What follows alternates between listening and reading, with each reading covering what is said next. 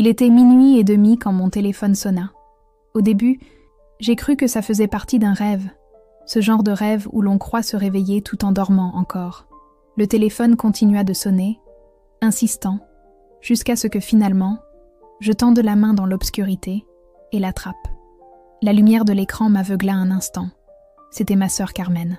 « Hélène, il faut que tu viennes à l'hôpital », dit-elle sans me saluer, d'une voix que je ne reconnus pas. Papa a eu un accident. Je me redressai d'un coup, comme si on m'avait jeté un seau d'eau froide. Le sommeil s'évapora instantanément. Quoi? Qu'est-ce qui s'est passé? Il va bien? Les questions se bousculèrent dans ma bouche, tandis que je cherchais à tâtons l'interrupteur de la lampe de chevet. Je ne sais pas, Hélène. Il rentrait du domaine et un camion... Sa voix se brisa. Carmen, toujours la forte, celle qui ne pleure jamais, pleurait. Je regardais à côté de moi. Robert dormait profondément. Étranger à tout cela. Je le secouai doucement. « Robert, réveille-toi. Mon père a eu un accident. Il faut aller à l'hôpital. » Il grogna, se retourna et marmonna quelque chose qui ressemblait à « Demain. C'est grave, » insistai-je. « Il faut y aller maintenant. » Robert ouvrit un œil et me regarda avec agacement. « Tu sais quelle heure il est? J'ai une réunion importante demain. Je ne peux pas arriver avec des cernes. » Je restai figé, le téléphone encore à la main, Carmen attendant à l'autre bout du fil. 20 ans de mariage, et jamais je n'avais vu aussi clairement le gouffre qui nous séparait. « Carmen, j'arrive », dis-je au téléphone. Puis je regardai Robert. « Je vais réveiller Lucie. Tu es folle ?» Il se redressa alors, complètement réveillé. « La petite à école demain. Tu ne vas pas la traîner à l'hôpital à cette heure-ci. »« C'est son grand-père », répondis-je, me levant déjà et cherchant des vêtements dans l'obscurité. « Ton père a toujours été un grand comédien », dit Robert en allumant sa lampe. « Ce n'est sûrement pas aussi grave que ta sœur le dit. Attends demain. » Je le fixais tout en enfilant un jean. Cet homme, avec qui j'avais partagé ma vie pendant 2 décennies, me paraissait soudain un étranger. Un étranger égoïste et froid. « Mon père est peut-être en train de mourir, » dis-je avec un calme que je ne ressentais pas. Robert soupira théâtralement. « Bon, vas-y si tu veux, mais laisse Lucie dormir. Je l'emmènerai à l'école demain. » J'acquiesçai, même si une partie de moi voulait hurler. Ce n'était pas le moment de discuter. J'attrapai une veste, les clés de la voiture et sortis de la chambre. Je m'arrêtai devant la porte de Lucie, hésitante. Robert avait raison sur un point. Je ne voulais pas effrayer ma fille, si ce n'était pas nécessaire. Je décidai de la laisser dormir. Il y aurait bien du temps pour les explications. L'hôpital Saint-Raphaël était à 20 minutes de la maison, dans le centre de Lyon. Les rues étaient désertes à cette heure. Seulement quelques taxis occasionnels et les lumières des lampadaires créant des ombres fantomatiques. Je me garai où je pus et courus vers l'entrée des urgences. L'odeur de désinfectant me frappa dès que j'entrai. Cette odeur que seuls les hôpitaux ont, un mélange de propreté extrême et de maladie contenue. L'accueil était presque vide. Seule une femme âgée, accompagnée de ce qui semblait être son fils, attendait sur les chaises en plastique inconfortables. « Je viens pour Jean-Marie Dubois », dis-je à la réceptionniste, une femme d'âge mûr à l'expression fatiguée. « On m'a appelé parce qu'il a eu un accident. » Elle tapa quelque chose sur son ordinateur. « Vous êtes de la famille ? » ?»« Je suis sa fille. » Elle hocha la tête. « Il est au bloc opératoire. 3e étage, salle d'attente de chirurgie. » L'ascenseur mit une éternité à arriver. Quand les portes s'ouvrirent au 3e étage, je vis Carmen assise dans un coin, le visage entre les mains. Je ne l'avais jamais vue ainsi, si petite, si vulnérable. Ma sœur aînée, celle qui avait toujours réponse à tout, celle qui me grondait parce que j'étais trop sensible, semblait s'être effondrée. « Carmen », dis-je doucement, en m'asseyant à côté d'elle. Elle leva les yeux. Elle avait les yeux gonflés et rouges. « Tu as mis du temps à arriver, Hélène. » Il n'y avait aucun reproche dans sa voix, juste un constat. Et elle avait raison. Pendant que je discutais avec Robert, mon père luttait pour sa vie. Que s'est-il passé exactement? Carmen prit une profonde inspiration, essayant de se calmer. Papa revenait du domaine. Tu sais comment il est, voulant toujours y rester jusqu'au dernier moment. Il était tard, il faisait nuit. Un camion a envahi sa voie dans le virage des Oliviers. Elle fit une pause. Le médecin dit qu'il a des hémorragies internes. Ils essaient, Ils essaient. Elle ne put terminer. Je la serrais dans mes bras pendant qu'elle sanglotait, sentant ma propre peur grandir. Notre père, Jean-Marie, l'homme le plus fort que nous connaissions, celui qui nous avait appris à faire du vélo, à nager, à ne pas avoir peur des orages, était maintenant entre les mains d'inconnus qui luttaient pour le garder avec nous. Les heures passèrent avec cette lenteur particulière des salles d'attente. Carmen me raconta qu'elle aussi avait laissé ses enfants à la maison, avec son mari Xavier. Il voulait venir, dit-elle, et je notais la différence avec ma situation. Mais quelqu'un devait rester avec les enfants. Je pensais à Robert, dormant confortablement dans notre lit, à la façon dont il n'avait même pas faim l'inquiétude. 20 ans ensemble, et il ne s'était jamais donné la peine de vraiment connaître ma famille. Il tolérait mon père au repas de Noël, et guère plus. Et j'avais accepté cette situation, me convainquant que ce n'était pas important, qu'il suffisait qu'il m'aime moi. Le chirurgien apparut vers 4 heures du matin. Il portait une charlotte chirurgicale verte et un masque pendant à son cou. Il paraissait épuisé. Famille de Jean-Marie Dubois, nous nous levâmes d'un bond. Nous sommes ses filles, dit Carmen d'une voix tremblante. Le médecin nous regarda avec ses yeux qui ont trop vu. Nous avons fait tout notre possible, commença-t-il, et je sus que notre monde était sur le point de changer pour toujours. Les blessures étaient trop graves. Je suis vraiment désolée. Les mots flottèrent dans l'air comme des feuilles mortes. Ce ne pouvait pas être vrai. Mon père, qui 1 semaine à peine auparavant était à la maison nous racontant ses projets d'agrandir le potager, ne pouvait pas être parti ainsi, soudainement, sans dire au revoir. « Pouvons-nous le voir ?» demanda Carmen, toujours pratique même dans la douleur. Le médecin acquiesça. « Bien sûr, les infirmiers le préparent. Vous pourrez entrer dans quelques minutes. » Quand on nous laissa entrer dans cette chambre froide, mon père semblait endormi. Quelqu'un lui avait peigné ses cheveux grisonnants en arrière, comme il aimait les porter. Ses mains, rêches par des années de travail de la terre, reposaient sur un drap blanc. Je m'approchai et lui touchai la joue. Elle était froide. « Papa, » murmurai-je, « pardonne-moi d'être arrivé en retard. » Les jours suivants passèrent comme dans un épais brouillard. Les funérailles, les visites, les condoléances, tout semblait se passer autour de moi sans vraiment me toucher. Je flottais entre les conversations, acquiesçais quand c'était nécessaire, serrais dans mes bras des parents que je reconnaissais à peine. Carmen s'occupa de presque tout, comme toujours. Elle appela les pompes funèbres, choisit le cercueil, parla avec le curé de l'église Saint-Vincent, où papa était allé toute sa vie. Je la suivais simplement, incapable de prendre des décisions. Robert apparut au funérarium le lendemain, Lucie à la main. Ma fille courut vers moi, les yeux pleins de larmes. « Pourquoi tu ne m'as pas réveillée, maman ? Je voulais dire au revoir à papy. » Je la serrai fort, sentant sa douleur se mêler à la mienne. « Je suis désolée, ma chérie.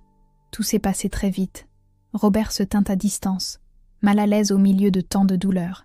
Quand il s'approcha pour me donner un baiser mécanique sur la joue, je perçus son eau de Cologne chère et me demandai s'il s'était arrangé ainsi pour aller travailler ou pour les funérailles de mon père. Il ne demanda même pas comment j'allais. « J'ai pris ma journée, » annonça-t-il, comme s'il méritait une médaille. « Mais demain, je dois retourner au bureau. Le projet de Berlin ne peut pas attendre. » J'acquiesçais, trop fatiguée pour discuter. Qu'est-ce que ça importait maintenant ?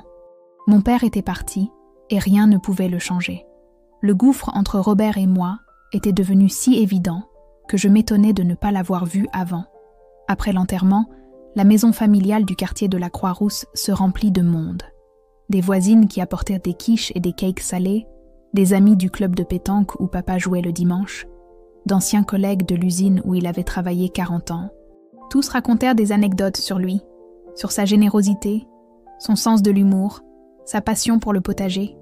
J'écoutais et découvrais des facettes de mon père que je n'avais jamais vraiment connues.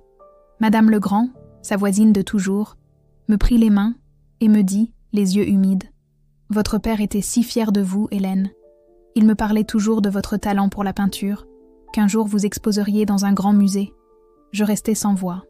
Il y avait des années que j'avais abandonné la peinture, convaincu par Robert que c'était un passe-temps inutile qui prenait trop de place à la maison. Mon père ne m'avait jamais reproché d'avoir abandonné ma passion, mais il n'avait pas non plus cessé de croire en mon talent. Quand tout le monde fut parti, Carmen et moi restâmes seuls dans la cuisine. cette cuisine où nous avions grandi, où maman nous avait appris à faire le gratin dauphinois avant que le cancer ne l'emporte il y a 15 ans. Ma sœur lavait des tasses avec des mouvements mécaniques pendant que je rangeais les restes de nourriture. « Qu'est-ce qu'on va faire de la maison ?» demanda-t-elle soudain. La question me prit au dépourvu. Je n'y avais pas pensé, à toutes les décisions pratiques qui suivraient la douleur. « Je ne sais pas, » répondis-je sincèrement. « Qu'en penses-tu » Carmen soupira. Xavier dit qu'on pourrait la vendre. Dans ce quartier, les appartements valent cher maintenant, avec tous les touristes et tout ça. Je sentis une pointe de douleur à l'idée de vendre la maison de mes parents. Chaque coin gardait des souvenirs. Les marques sur le mur où papa mesurait notre taille à chaque anniversaire. Les taches d'humidité au plafond qui prenaient des formes d'animaux selon notre imagination d'enfant. Le vieux fauteuil où papa s'asseyait pour lire le journal chaque après-midi. « Et le domaine ?» demandai-je, pensant à ce petit terrain aux environs de Lyon où papa cultivait des orangers, des tomates et des poivrons. Son petit paradis. Il faudrait aussi le vendre, je suppose. Carmen arrêta de laver et me regarda. « À moins que tu ne veuilles le garder. Je n'ai pas le temps de m'occuper d'un potager, Hélène. » C'était vrai. Carmen avait sa vie parfaitement organisée à Paris, avec son mari banquier, ses 2 enfants et son travail de cadre dans une multinationale. Elle ne revenait à Lyon que pour les vacances et les grandes occasions. Moi, en revanche, je n'étais jamais partie. Je m'étais mariée avec Robert, un garçon du quartier qui avait fini par devenir un étranger, et j'étais restée près de papa. Il était logique que le domaine me revienne. « J'aimerais le garder », dis-je, me surprenant moi-même par la fermeté de ma voix. Carmen sourit pour la première fois depuis des jours. Papa serait content. Ce soir-là, quand je rentrais chez moi, je trouvais Robert regardant le football à la télévision avec une bière à la main. Lucie était déjà couchée. Il me regarda brièvement quand j'entrai dans le salon. « Tout est réglé ?» Je ne demandais pas à quoi il faisait référence. Pour lui, la mort de mon père était une formalité, quelque chose qu'il fallait régler pour revenir à la normale.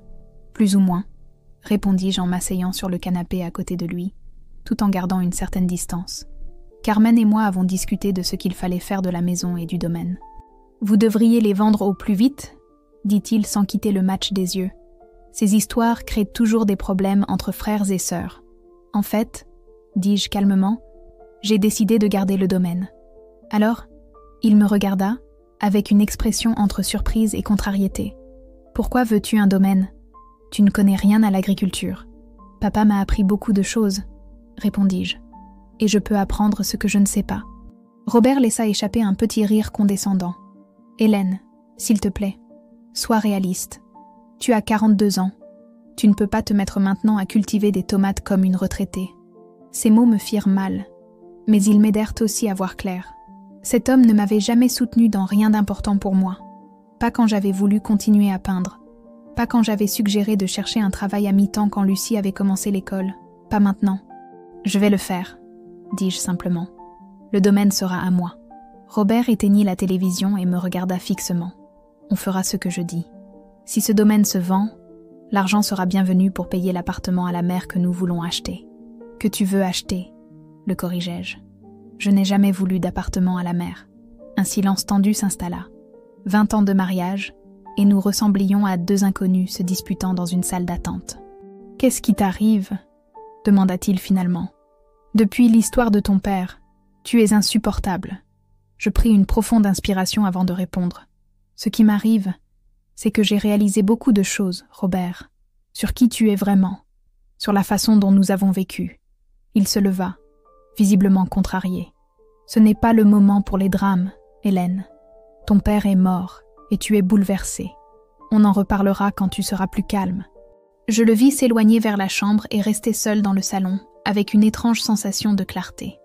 Comme si le brouillard qui m'avait enveloppé depuis la mort de papa commençait à se dissiper, me laissant voir le paysage réel de ma vie. Et ce que je voyais ne me plaisait pas. Les jours suivants furent un va-et-vient constant entre ma maison et celle de mon père. Il m'était de plus en plus difficile de retourner auprès de Robert, de dormir à ses côtés, de feindre que tout était comme avant. Je commençais à passer plus de temps au domaine, à nettoyer, à arroser, à apprendre. J'emmenais Lucie avec moi les week-ends, et lui enseignait le peu que je savais sur les cultures, ce que je me rappelais que papa m'avait expliqué. Maintenant, on est agricultrice, maman ?» me demanda-t-elle un jour pendant que nous cueillions des oranges. « Quelque chose comme ça, » souris-je. « Ça te plaît ?» Elle acquiesça, les joues roses par le soleil. « J'aime être ici avec toi. Et je sens que papy est proche. » Un après-midi, alors que je vérifiais des papiers dans le petit bureau de papa, je trouvai une boîte en bois que je n'avais jamais vue. À l'intérieur, il y avait des lettres, de vieilles photographies et un carnet aux couvertures usées. Je l'ouvris avec curiosité et découvris que c'était une sorte de journal intime. L'écriture de mon père, soignée et claire, remplissait des pages et des pages. Je commençai à lire, sentant que je violais son intimité, mais incapable de m'arrêter. C'étaient des réflexions sur sa vie, sur les choses qu'il avait apprises, sur ses peurs et ses espoirs. Et il y avait de nombreuses pages consacrées à Carmen et à moi.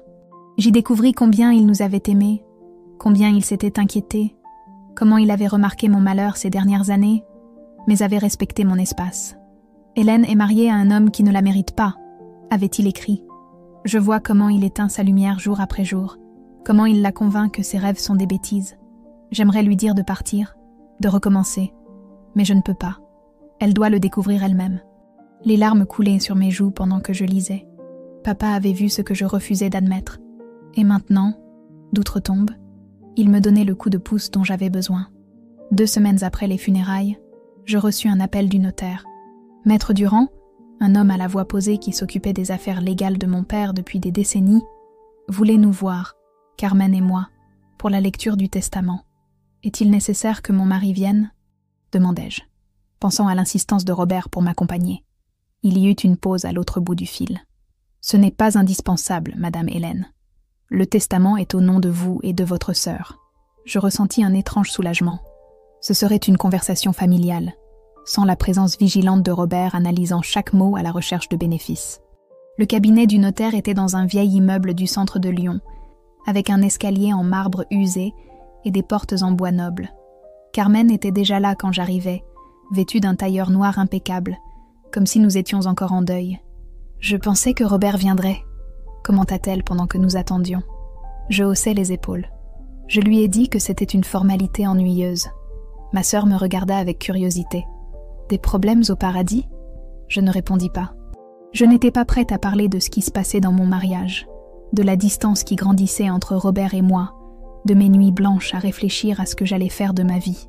Maître Durand nous reçut dans son bureau, un lieu solennel, avec des étagères remplies de livres de droit et un portrait du président au mur.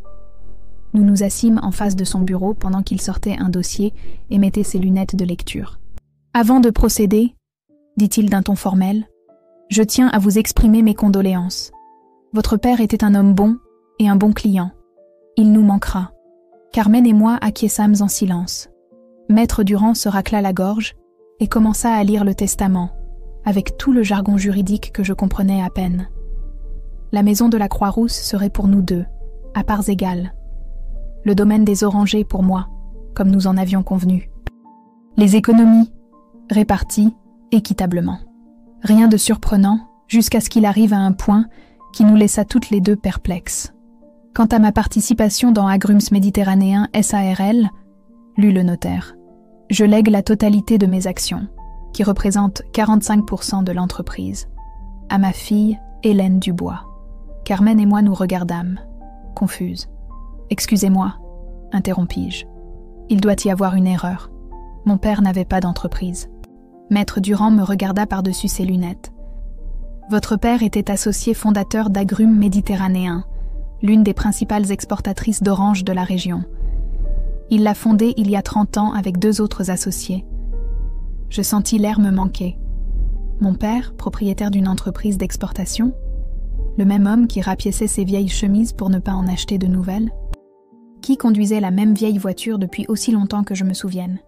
Et combien vaut ce pourcentage ? Demanda Carmen, toujours pratique. Le notaire consulta des papiers. Selon la dernière évaluation, environ 4 millions d'euros approximativement. Le silence qui suivit fut si dense qu'on aurait pu le couper au couteau. Mon père, l'homme simple qui vivait dans une maison modeste et cultivait son potager avec passion, avait été millionnaire en secret.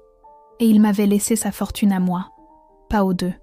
Il y a une lettre, continua Maître Durand, sortant une enveloppe du dossier. « Pour vous, Madame Hélène. » Je pris l'enveloppe avec des mains tremblantes. Je reconnus immédiatement l'écriture de mon père à l'extérieur. Pour ma fille Hélène. Pour quand je ne serai plus là. Carmen se leva brusquement. « Si vous m'excusez, j'ai besoin de prendre l'air. » Je la vis sortir du bureau d'un pas rapide et me sentis coupable. Je ne comprenais pas pourquoi papa avait fait ça. Pourquoi il avait favorisé une fille par rapport à l'autre. « Votre sœur héritera de la maison et de la moitié des économies, » dit Maître Durand, comme lisant dans mes pensées. « Votre père a été très clair sur la répartition. L'entreprise est pour vous. » J'acquiesçai, incapable de parler. Je gardai la lettre dans mon sac, signée où l'on m'indiqua, et sortis chercher Carmen. Je la trouvai au café du coin, buvant un expresso. « Je ne savais rien de tout ça, » dis-je en m'asseyant en face d'elle. Carmen leva les yeux. Elle ne semblait pas en colère, seulement fatiguée. « Je sais, Hélène, tu n'as jamais su mentir. Pourquoi crois-tu qu'il ait fait ça comme ça ?» Ma sœur soupira.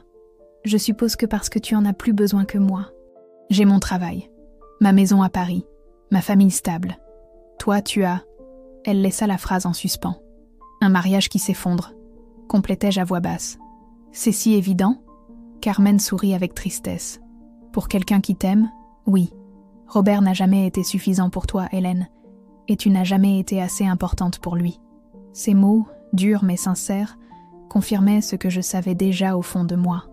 20 ans à me conformer, à m'adapter à ce que les autres voulaient être pour moi, à oublier mes propres rêves. « Qu'est-ce que tu vas faire maintenant ?» demanda Carmen. « Tu vas le dire à Robert ?» Je pensais à mon mari, à la façon dont ses yeux brilleraient en apprenant que soudainement il était riche, ou plutôt que sa femme l'était, à la façon dont il planifierait déjà comment dépenser l'argent, sans me consulter, comme toujours. « Je ne sais pas, » répondis-je honnêtement. « J'ai besoin de temps pour réfléchir. » Ce soir-là, après avoir couché Lucie, je m'enfermai dans la salle de bain et ouvris la lettre de mon père. Ces mots, écrits avec cette calligraphie que je connaissais si bien, semblèrent me parler directement. « Chère Hélène, si tu lis ceci, c'est que je ne suis plus avec toi. Ne sois pas triste, ma fille. J'ai eu une belle vie, avec ses joies et ses peines, comme tout le monde. La seule chose qui me fait vraiment mal en partant, c'est de te laisser dans une situation que je sais ne pas te rendre heureuse. Je ne t'ai jamais parlé de ma participation dans Agrumes Méditerranéens. Ça a commencé comme un petit projet entre amis, et ça a grandi plus que nous ne l'imaginions. J'aurais pu vivre comme un nabab, mais pourquoi faire? La vie simple me rendait heureux. L'argent était là, en sécurité, fructifiant pour quand ce serait nécessaire. Et maintenant, c'est nécessaire. Pour toi, Carmen a sa vie bien établie. Elle a un bon travail, un mari qui l'aime et la respecte, une vie qu'elle a choisie. Toi, en revanche, tu t'es perdu au fil des ans. J'ai vu ton sourire s'éteindre. Comment tu laissais tes pinceaux oubliés au grenier. Comment tu devenais quelqu'un que tu n'es pas pour plaire à un homme qui ne mérite pas ton sacrifice. Cet héritage n'est pas seulement de l'argent, Hélène. C'est la liberté. La liberté de choisir, de décider qui tu veux être, de retrouver la petite fille curieuse et courageuse que tu étais, avant que la vie ne te convainque que tu devais être petite et complaisante. Je ne te dis pas de quitter Robert. C'est une décision que seul toi peux prendre. Mais je te demande d'utiliser ce cadeau pour être libre, quel que soit le chemin que tu choisiras. Je t'aimerai toujours, papa. Les larmes coulaient sur mes joues pendant que je pliais la lettre et la gardais contre ma poitrine. Mon père, toujours si silencieux, si discret, m'avait laissé bien plus que de l'argent. Il m'avait laissé une issue, une chance de me redécouvrir. Quand je sortis de la salle de bain, je trouvai Robert dans la cuisine, se servant un verre de vin. « Tu as mis du temps, » dit-il. « Alors, chez le notaire, quelque chose d'intéressant ?» Je le regardais, vraiment, peut-être pour la première fois depuis des années. Je vis un homme séduisant qui vieillissait bien, qui avait un bon travail et des manières correctes en public. Un homme qui ne m'avait jamais frappé, qui ne buvait pas excessivement, qui ne me trompait pas, à ma connaissance. Un bon parti, selon les standards de n'importe qui.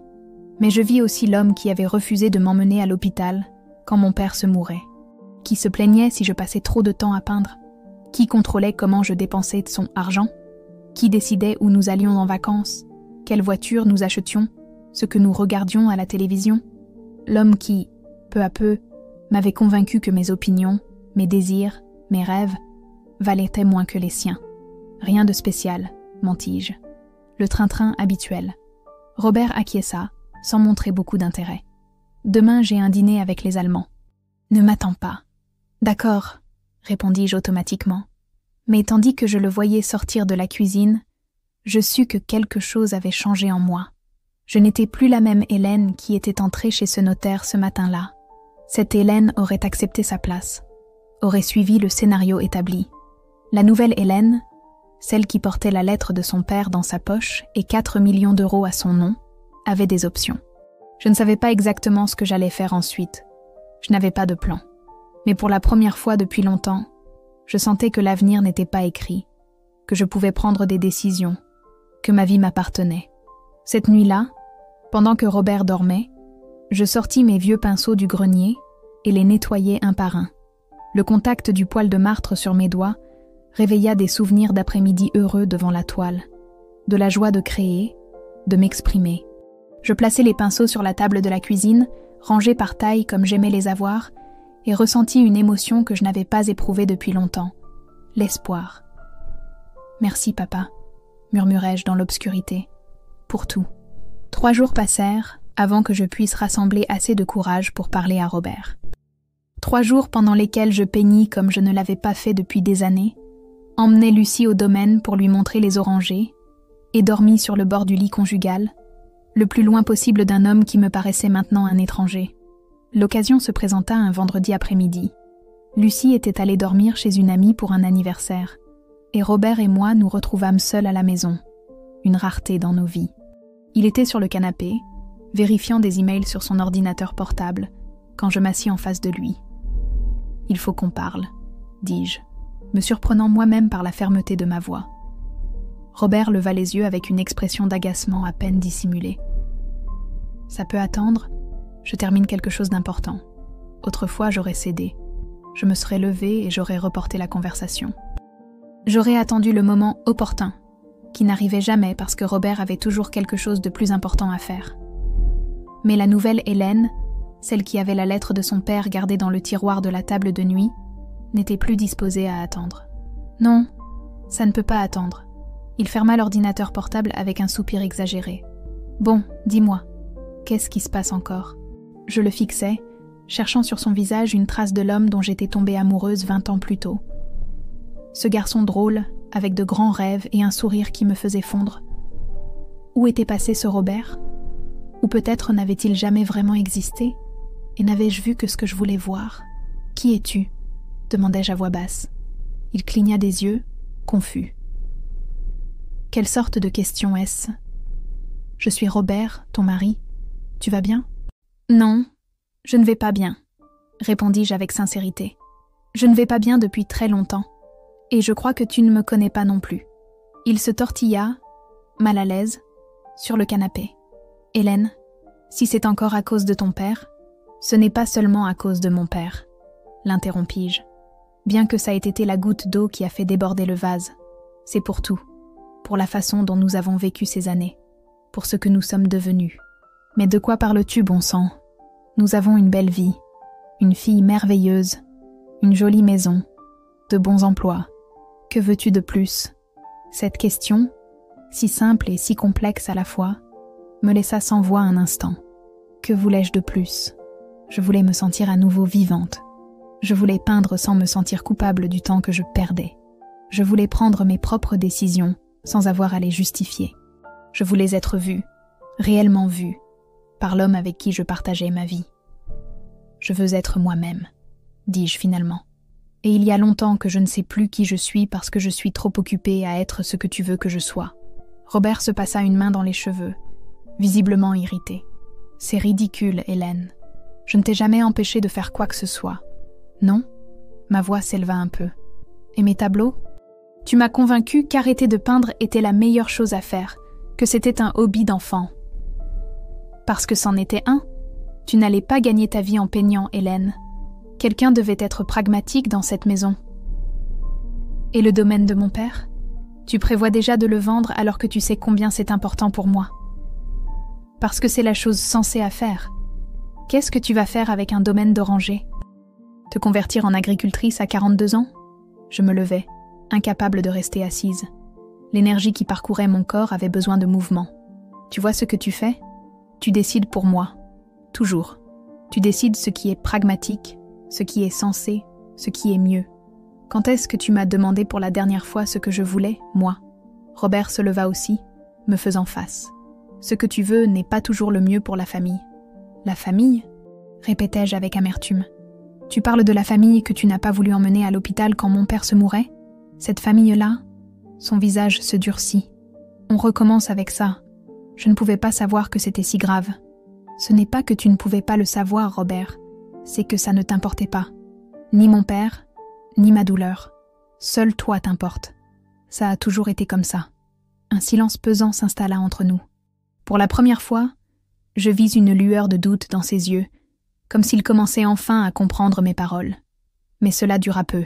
« Tu es bouleversé », dit-il avec ce ton condescendant que je détestais tant. « La mort de ton père t'a beaucoup affecté. Peut-être devrais-tu parler à quelqu'un, un professionnel. » Je laissai échapper un rire sans joie. « Tu fais toujours la même chose. Quand je dis quelque chose que tu ne veux pas entendre, tu supposes que je suis folle, ou hystérique, ou bouleversée. Jamais que je pourrais avoir raison. Et que veux-tu que je fasse ?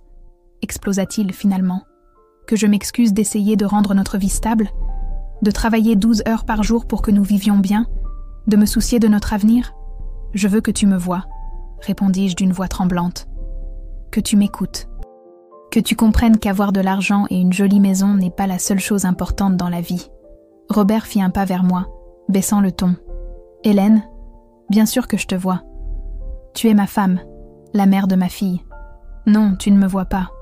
Les larmes commencèrent à couler, mais je ne fis rien pour les retenir. Si tu me voyais vraiment, tu saurais que je suis malheureuse depuis des années. Tu saurais que je me sens piégée, que des parties de moi que j'ai abandonnées pour te plaire me manquent. Si tu me voyais, tu aurais remarqué que ça fait 3 nuits que je dors presque au bord du lit pour ne pas te toucher. Cela le fit reculer comme si je l'avais giflé. Tu es en train de me dire que tu ne m'aimes plus ? La question flotta dans l'air entre nous. Une question que je n'avais pas osé me poser jusqu'à présent. Aimais-je encore Robert ? Ou ce qui restait n'était-ce que l'habitude, la peur de la solitude, le confort du connu ? Je ne sais pas, répondis-je honnêtement, mais je sais que je ne peux plus continuer comme ça. J'ai besoin d'espace pour réfléchir, pour me retrouver. De l'espace ? Répéta-t-il, incrédule. Qu'est-ce que ça signifie exactement ? Je pris une profonde inspiration avant de répondre. Ça signifie que je vais rester chez mon père pendant un certain temps. Avec Lucie, si elle veut venir avec moi. Son visage passa de l'étonnement à la colère en quelques secondes. Tu es folle ? Tu ne peux pas emmener ma fille. Je ne te le permettrai pas. Je ne te demande pas la permission, Robert. Je t'informe. Lucie a 13 ans, elle peut décider où elle veut être. Et ce n'est pas pour toujours, c'est juste un certain temps. Il se passa les mains sur le visage, essayant de se calmer. Tu ne peux pas faire ça. Tu ne peux pas détruire notre famille pour un caprice.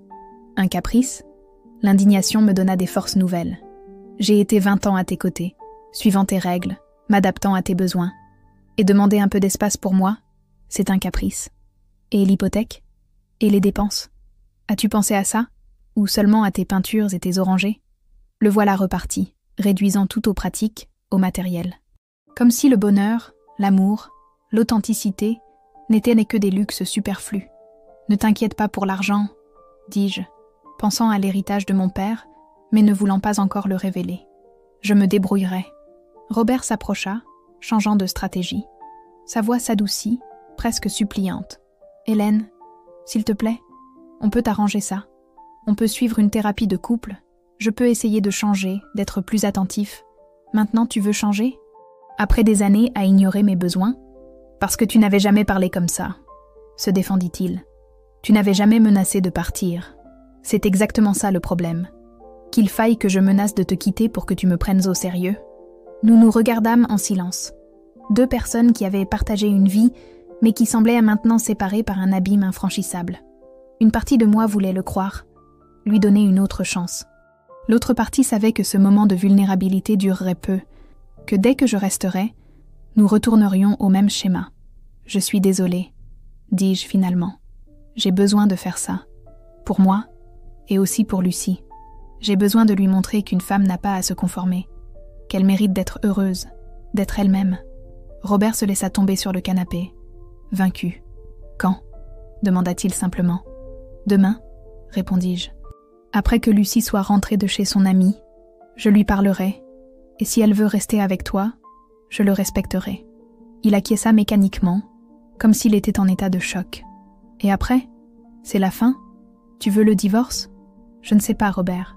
Vraiment, je ne sais pas. Je sais seulement que j'ai besoin de cet espace pour le découvrir. » Cette nuit-là, je dormis dans la chambre d'amis.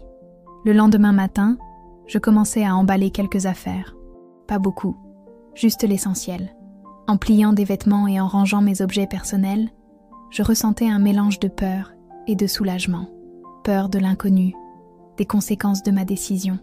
Soulagement d'avoir enfin trouvé le courage de faire ce dont j'avais besoin. Quand Lucie revint, je l'assis et lui expliquai tout du mieux que je pus, sans diaboliser son père, mais sans lui mentir non plus. Elle eut beaucoup de questions, quelques larmes, mais à la fin, elle me surprit par sa maturité. « Je veux venir avec toi, maman, » dit-elle, « et on pourra s'occuper ensemble des orangers de papy. » Les premiers jours dans la maison de mon père furent étranges, comme vivre entre deux mondes. Lucie et moi nous installâmes dans nos anciennes chambres, entourés de souvenirs d'une autre époque. Mon vieux poster d'Indochine était toujours au mur, délavé par le soleil. Les poupées de porcelaine que je collectionnais adolescente observèrent depuis l'étagère avec leurs yeux de verre. C'était comme si le temps s'était arrêté là, préservant l'Hélène que j'étais avant de me marier, avant de commencer à disparaître. Robert appelait tous les jours. Au début, c'étaient des appels tendus, pleins de reproches voilés et de questions pratiques sur les factures et les routines. Peu à peu, son ton changea. Il commença à demander comment nous allions, ce que nous faisions, si nous avions besoin de quelque chose. Il s'offrit même à nous aider avec le domaine. Une partie de moi voulait croire qu'il changeait réellement, que mon départ l'avait fait réfléchir. Une autre partie, plus cynique, soupçonnait qu'il jouait seulement le rôle du mari repentant pour que nous revenions. Un après-midi, alors que Lucie faisait ses devoirs dans la cuisine, je me retrouvais à fouiller dans le bureau de mon père. Il y avait des boîtes de documents que je n'avais jamais vues, des dossiers remplis de papiers liés à l'entreprise d'agrumes. Je m'y plongeais, essayant de comprendre l'affaire que mon père avait construite en secret. Je découvris que c'était bien plus qu'une simple entreprise d'exportation. Ils avaient des brevets pour de nouvelles variétés d'oranges, des contrats avec de grandes chaînes de supermarchés dans toute l'Europe, même un petit laboratoire de recherche. Parmi les papiers, je trouvais des photographies. Mon père avec ses associés, coupant des rubans lors de l'inauguration de nouvelles installations, recevant des prix, une vie parallèle qu'il n'avait jamais partagée avec nous. Pourquoi ? Honte de son succès ? Peur que l'argent nous change ? Ou simplement l'habitude de la discrétion, de garder séparés les différents aspects de sa vie ? Qu'est-ce que c'est que tout ça, maman ?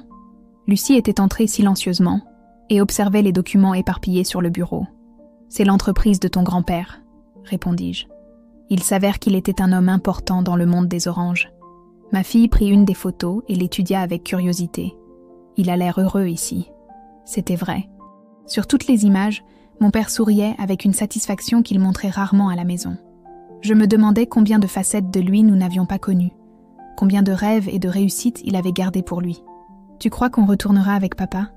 demanda Lucie soudainement, changeant de sujet avec cette aisance que seuls les adolescents ont. La question me prit au dépourvu. « Je ne sais pas, ma chérie. Qu'en penses-tu » Elle haussa les épaules, feignant l'indifférence. Mais je vis l'inquiétude dans ses yeux. « Je ne veux pas que vous soyez fâchés pour toujours. Mais je ne veux pas non plus que tu sois à nouveau triste. » Triste ? J'étais triste ? Lucie me regarda comme si c'était évident. « Bien sûr, maman, tu étais triste depuis longtemps. Tu ne peignais plus, tu ne chantais plus en cuisinant comme avant. Tu étais toujours, je ne sais pas, comme éteinte. » Ces mots me frappèrent avec force. Ma propre fille avait vu ce que je ne voulais pas admettre. Elle avait remarqué mon malheur, ma résignation face à une vie qui ne me comblait pas. Quel exemple lui avais-je donné ? Que lui avais-je appris sur l'amour, sur le respect de soi ? « Je suis désolée, » dis-je en la serrant dans mes bras. « Désolée que tu aies eu à voir ça. »« Ce n'est rien, » répondit-elle en me rendant mon étreinte. « Maintenant, tu vas mieux, ça se voit. » Et elle avait raison. Malgré l'incertitude, les problèmes pratiques que je devais encore résoudre, je me sentais plus légère, plus moi-même.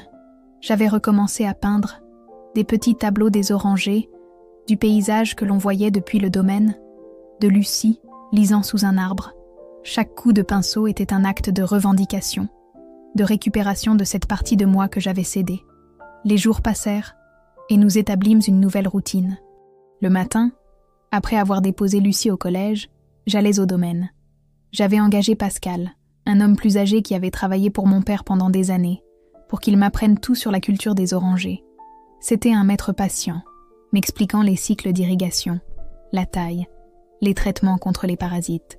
Parfois, il me regardait avec un mélange d'amusement et de respect, comme s'il n'arrivait pas à croire que la fille de Monsieur Jean-Marie, avec ses mains de dame, soit là à se salir avec la terre. Elle ressemble beaucoup à son père, me dit-il un jour, alors que nous examinions de jeunes orangers. Lui aussi était têtu. Quand il avait quelque chose en tête, personne ne pouvait l'en détourner. Je souris, le prenant comme un compliment. Savez-vous qu'il avait une entreprise? Une grande d'exportation. Pascal acquiesça. Bien sûr que je le sais. Monsieur Jean-Marie m'employait pour ce domaine, mais j'étais au courant pour Agrumes méditerranéens. Tout le monde dans le secteur le savait. Et pourquoi vivait-il ainsi, Pascal? Si, simplement. Il aurait pu avoir une plus grande maison, une meilleure voiture. Le vieil agriculteur haussa les épaules. Certains hommes n'ont pas besoin de se vanter pour savoir ce qu'ils valent. Votre père était de ceux-là. Ces mots me firent réfléchir. Combien de fois avais-je jugé le succès sur les apparences? Combien de fois avais-je permis à Robert de me convaincre que nous avions besoin d'une maison plus grande, d'une voiture plus chère, de vacances plus luxueuses pour être quelqu'un? L'après-midi, après avoir récupéré Lucie du collège, nous allions parfois ensemble au domaine. D'autres fois, nous restions à la maison, cuisinant, parlant, nous redécouvrant. Sans la présence constante de Robert, sans sa tendance à dominer chaque conversation, Lucie se montrait plus ouverte, plus réfléchie. Elle me racontait des choses de sa vie qu'elle n'avait jamais partagées auparavant, ses doutes sur ce qu'elle voulait étudier plus tard, son intérêt secret pour la photographie, son amitié compliquée avec une fille de sa classe. « Papa dit que je devrais faire droit ou une école de commerce », me confia-t-elle un après-midi pendant que nous préparions une omelette. Il dit qu'avec les beaux-arts, je mourrais de faim. Je sentis une pointe de douleur en reconnaissant le même argument que Robert avait utilisé avec moi. La même façon de mépriser tout ce qui était artistique, créatif, ce qui ne se traduisait pas immédiatement en argent et en statut. « Et toi, qu'est-ce que tu veux étudier ?» Elle haussa les épaules, incertaine. « Je ne sais pas. J'aime l'art, mais aussi les sciences. Je ne sais pas si je pourrais vivre de la photographie. Tu as le temps de décider, l'assurai-je.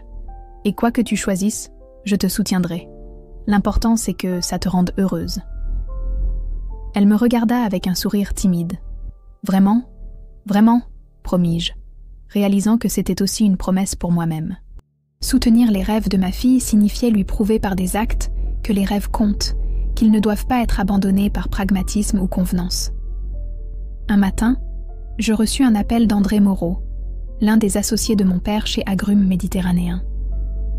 Il voulait me rencontrer pour parler de l'avenir de l'entreprise maintenant que j'étais actionnaire majoritaire. Je ne connais rien aux affaires, l'avertis-je, mal à l'aise à l'idée d'entrer dans ce monde inconnu. « Ne vous inquiétez pas, Hélène, » répondit-il d'une voix aimable. « Votre père non plus ne savait pas au début. Il a tout appris sur le tas, et il était le meilleur d'entre nous. Nous convînmes de nous voir dans les bureaux de l'entreprise, un immeuble moderne à la périphérie de Lyon que je n'avais jamais visité.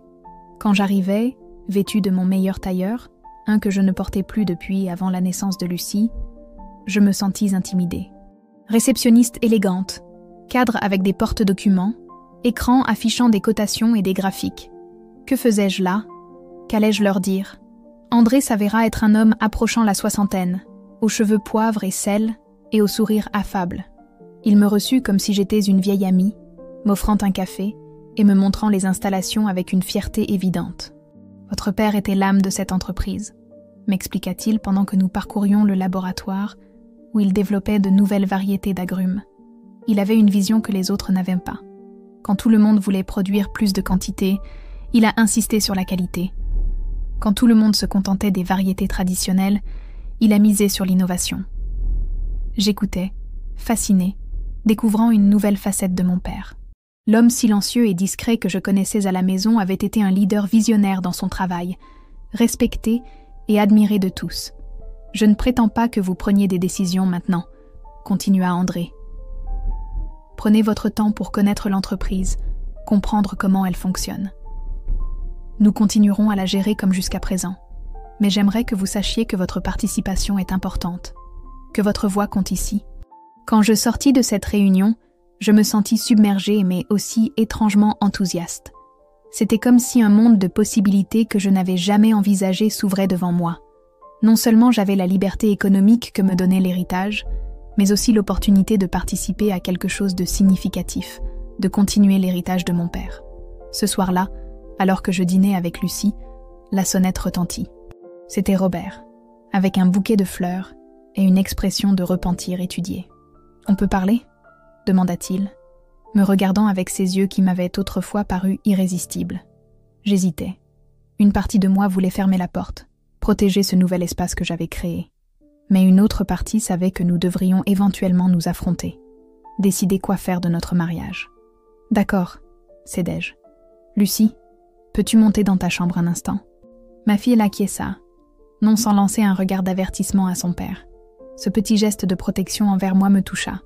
Robert entra, observant la maison avec curiosité, comme s'il cherchait des signes de détérioration ou d'abandon qui justifieraient son scepticisme initial. Mais la maison était propre et ordonnée, avec des fleurs fraîches au centre de la table et l'arôme du dîner fraîchement préparé flottant dans l'air. Au mur, j'avais accroché quelques-uns de mes nouveaux tableaux. « Tu as l'air bien ?» commenta-t-il, ne sachant pas très bien par où commencer. « Je le suis », répondis-je avec sincérité. Il s'assit sur le canapé, laissant le bouquet sur la table. « J'ai beaucoup réfléchi, Hélène, à ce que tu as dit, à comment tu t'es sentie toutes ces années. Je crois que tu as raison. J'ai été égoïste, contrôlant. Je ne t'ai pas vraiment écouté. » Ces paroles sonnaient sincères, mais ne provoquèrent pas en moi la réaction qu'il attendait peut-être. Je ne ressentis ni soulagement, ni gratitude, ni désir immédiat de réconciliation, seulement une sorte de confirmation tranquille de ce que je savais déjà. « Je suis contente que tu t'en sois rendu compte, » répondis-je en m'asseyant en face de lui. « Mais je ne sais pas si ça change quelque chose. » Robert parut véritablement surpris par ma réponse. Peut-être s'attendait-il à ce que ses excuses suffisent, que quelques mots de repentir effacent des années de négligence et de contrôle. Comment ça ne change rien? J'essaie d'arranger les choses, Hélène. On peut recommencer, faire une thérapie de couple, tout ce qui sera nécessaire. Je regardais autour de moi, la maison où j'avais grandi, où je redécouvrais maintenant des parties de moi que je croyais perdues.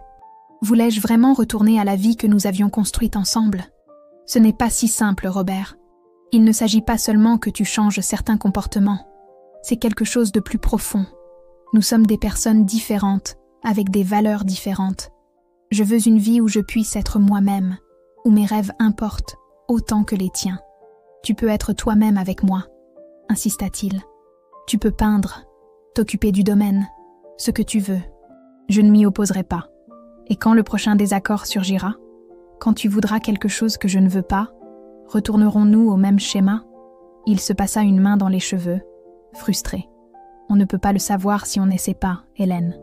20 ans de mariage ne peuvent pas se terminer comme ça, sans plus. Je sentis une vague de fatigue. Combien de fois avions-nous eu des conversations similaires au fil des ans? Moi exprimant mes besoins, lui faisant des promesses qui se diluaient ensuite dans la routine quotidienne. J'ai besoin de plus de temps, Robert. Je ne suis pas prête à revenir. Et je ne crois pas non plus que Lucie le soit. En mentionnant notre fille, son expression changea. Tu la montes contre moi. Tu l'utilises pour me punir. Le voilà reparti, le vieux Robert. Celui qui n'assumait jamais ses responsabilités. Celui qui cherchait toujours à blâmer les autres pour les conséquences de ses propres actions. Lucie a 13 ans. Ce n'est pas une petite fille. Elle voit et comprend plus que tu ne le crois. Et elle a choisi de rester ici avec moi, non pas parce que je l'ai manipulée, mais parce qu'ici, elle se sent bien. C'est ridicule. Il se leva, commençant à arpenter la pièce. Nous avons une maison, une hypothèque. Tu ne peux pas simplement décider que tu ne veux plus de cette vie. Si, je peux, répondis-je avec un calme qui me surprit moi-même. Et concernant la maison et l'hypothèque, tu n'as pas à t'inquiéter. Je peux continuer à payer ma part. » Il me regarda avec suspicion. « Avec quel argent ? Ton salaire de professeur de collège ne suffit pas pour ça. » C'était le moment. J'avais évité de lui parler de l'héritage, craignant que cela ne change son attitude, qu'il n'essaie de réclamer sa part. Mais maintenant, il fallait qu'il comprenne que j'avais des options, que je ne dépendais plus économiquement de lui. « Mon père m'a laissé de l'argent, » dis-je simplement, plus que suffisant pour vivre sans souci. Robert s'arrêta net. « De l'argent ? Combien d'argent ? Ça n'a pas d'importance. Ce qui importe, c'est que je suis indépendante économiquement. Je peux subvenir à mes besoins et à ceux de Lucie. Je peux payer ma part de l'hypothèque, même t'aider si tu en as besoin. » Il se rassit, traitant l'information. Je vis dans ses yeux un calcul rapide, ce regard qu'il avait toujours quand il voyait une opportunité de profit. « Si ton père t'a laissé autant d'argent, tu aurais dû me le dire immédiatement. Nous sommes mariés, nous partageons nos biens. » Je secouai la tête. « Non, Robert, l'héritage est à moi. Mon père me l'a laissé spécifiquement à moi, pas à nous. Ça n'a pas d'importance légalement. Nous sommes mariés sous le régime de la communauté de biens réduite aux acquêts. Je ne vais pas discuter de loi avec toi, » répondis-je, sentant que la conversation déviait vers un territoire qui ne m'intéressait pas. Il ne s'agit pas de l'argent, il s'agit de nous, de ce que nous voulons pour l'avenir. Il se leva brusquement. « Eh bien, il semble que tu aies déjà décidé ce que tu veux. Garder l'argent de ton père et abandonner ta famille. » Ces mots faisaient de mal, mais n'avaient plus le pouvoir de me faire douter de moi-même. « Ce n'est pas juste et tu le sais. Je te demande du temps. Je n'abandonne personne. » Robert ramassa le bouquet de fleurs qui était resté oublié sur la table. « Bien, prends tout le temps que tu veux. Mais souviens-toi qu'une famille brisée ne se répare pas toute seule, Hélène. Et quand tu décideras de revenir, peut-être que je n'attendrai plus. » Je l'accompagnai à la porte en silence. Une partie de moi voulait lui dire qu'il n'avait pas à attendre, que je savais déjà que je ne reviendrais pas. Mais je n'étais pas encore prête à faire cette affirmation à voix haute. J'avais encore besoin de traiter tout ce qui se passait, de comprendre qui j'étais maintenant et ce que je voulais réellement. Après avoir fermé la porte, je restais appuyée contre elle, ressentant un étrange mélange de tristesse et de soulagement. Lucie descendit les escaliers discrètement. « Tu vas bien, maman ?» Je souris en acquiesçant. « Je vais bien, ma chérie. Juste un peu fatiguée. » Elle s'approcha et me serra dans ses bras, une étreinte forte et décidée. « Tu n'es pas obligée de retourner avec lui si tu ne veux pas.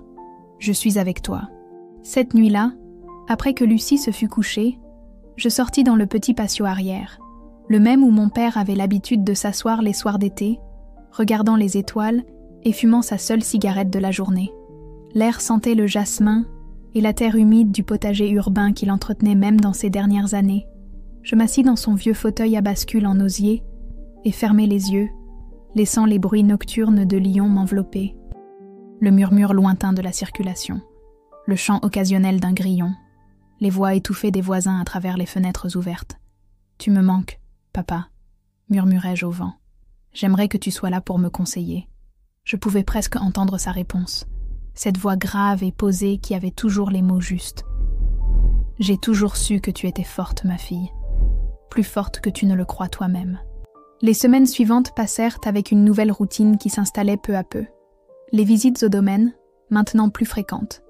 Les réunions avec André et l'équipe d'agrumes méditerranéens, où j'apprenais sur l'entreprise.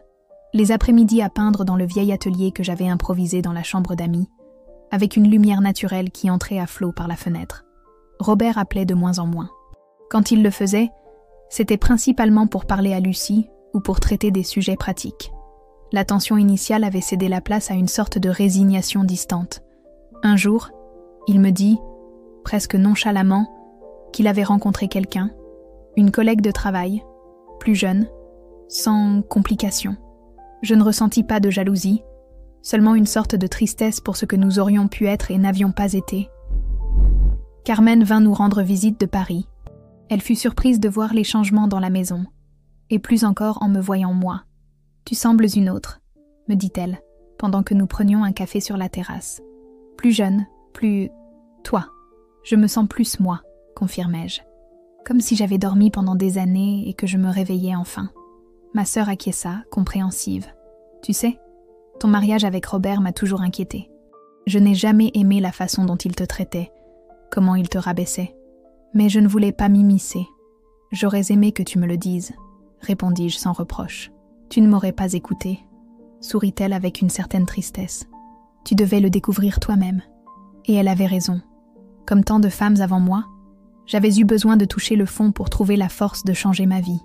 L'appel de mon père cette nuit-là, sa mort soudaine, avait été le catalyseur d'un réveil qui se préparait en silence depuis des années. Un matin de début d'automne, presque 3 mois après avoir quitté Robert, je reçus un appel inattendu. C'était Rose, la secrétaire de mon père chez Agrumes Méditerranéen. « Madame Hélène, nous avons trouvé quelque chose que je crois que vous devriez voir. Une boîte à votre nom que monsieur Jean-Marie a laissée dans le coffre-fort du bureau. » L'après-midi même, j'allais à l'entreprise. Rose, une femme menue d'une 50aine d'années, m'attendait avec une boîte en bois poli sur son bureau. « Votre père m'a dit de vous la remettre si jamais vous vous impliquiez dans l'entreprise, » expliqua-t-elle. « Elle est ici depuis toutes ces années. » J'emportai la boîte à la maison et l'ouvris ce soir-là, seule dans l'atelier. À l'intérieur, il y avait plusieurs dossiers avec des documents anciens. Les premiers contrats de l'entreprise, des projets initiaux, des photographies des premiers vergers, et en dessous de tout, une enveloppe avec mon nom écrit de l'écriture inimitable de mon père.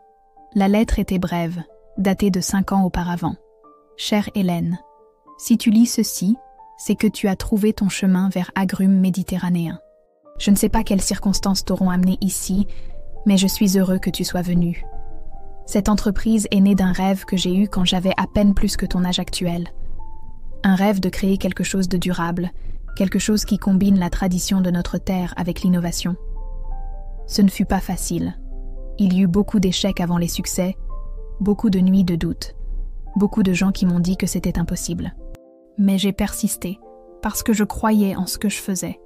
Et maintenant, je te le confie, non seulement comme une entreprise prospère, mais comme un rappel. Il n'est jamais trop tard pour poursuivre ce que tu veux vraiment. Je t'ai vu t'éloigner de tes rêves au fil des ans, convaincu par d'autres qu'ils n'étaient pas pratiques ou importants. Je me suis mordu la langue de nombreuses fois, respectant tes décisions, même si je ne les partageais pas. Mais j'ai toujours su qu'en toi vivait encore cette petite fille qui peignait jusqu'à s'endormir sur ses tableaux, qui rêvait d'expositions dans de grands musées, qui voyait la beauté là où les autres ne voyaient que l'ordinaire. J'espère que, quel que soit le chemin qui t'a mené jusqu'ici, tu trouveras dans cet héritage non seulement la sécurité financière, mais aussi le courage de réclamer ses rêves abandonnés, pour être l'Hélène que tu as toujours été dans ton cœur. Avec tout mon amour, papa. Les larmes coulaient sur mes joues pendant que je pliais la lettre et la gardais contre mon cœur. C'était comme si mon père avait tout prévu, comme si d'outre-tombe, il me guidait vers la vie que je méritais. Le lendemain matin, en préparant le petit déjeuner pour Lucie, je pris une décision. J'appelai Robert et lui proposai de parler à un avocat au sujet du divorce. Ce fut une conversation étonnamment civilisée. Peut-être avait-il aussi compris, à sa manière, que nos chemins devaient se séparer. Ensuite, j'emmenai Lucie au domaine. C'était une journée lumineuse de septembre, avec l'air pur après une brève pluie nocturne. Les orangers brillaient de ce vert intense qui précède la floraison. Nous nous assîmes à l'ombre du plus vieil oranger, celui que mon père disait avoir planté le jour de ma naissance. Je sortis une toile et commençai à peindre, Lucie m'observant en silence. « Qu'est-ce que tu vas faire maintenant, maman ?» demanda-t-elle finalement. « Avec ta vie, je veux dire. » La question flotta dans l'air parfumé de fleurs d'oranger. Qu'allais-je faire ? Les possibilités s'étendèrent devant moi comme une toile vierge, pleine de promesses. « Je vais vivre, ma chérie, » répondis-je avec un sourire. « Je vais peindre, m'occuper de ces orangers, apprendre sur l'entreprise de papy. Je vais essayer d'être heureuse, jour après jour. » Lucie acquiesça, satisfaite de la réponse. Elle se leva et marcha entre les arbres, prenant des photographies avec son mobile. Je l'observai, si jeune et déjà si sage à sa manière. Je me promis silencieusement que je ferais tout mon possible pour qu'elle n'ait jamais à renoncer à ses rêves, pour qu'elle grandisse en sachant qu'elle méritait une vie pleine, authentique. Une brise douce agita les feuilles de l'oranger, apportant avec elle l'arôme sucré de la terre humide. Je fermai les yeux et respirai profondément, sentant que j'étais enfin arrivée à la maison. Pas à un lieu physique, mais à moi-même. « Merci, papa », murmurai-je, et le vent sembla murmurer en retour, portant mon nom dans son souffle. Hélène, Hélène, Hélène. Pas le nom de l'épouse de Robert, ni même celui de la fille de Jean-Marie. Seulement Hélène, enfin maîtresse de sa propre histoire.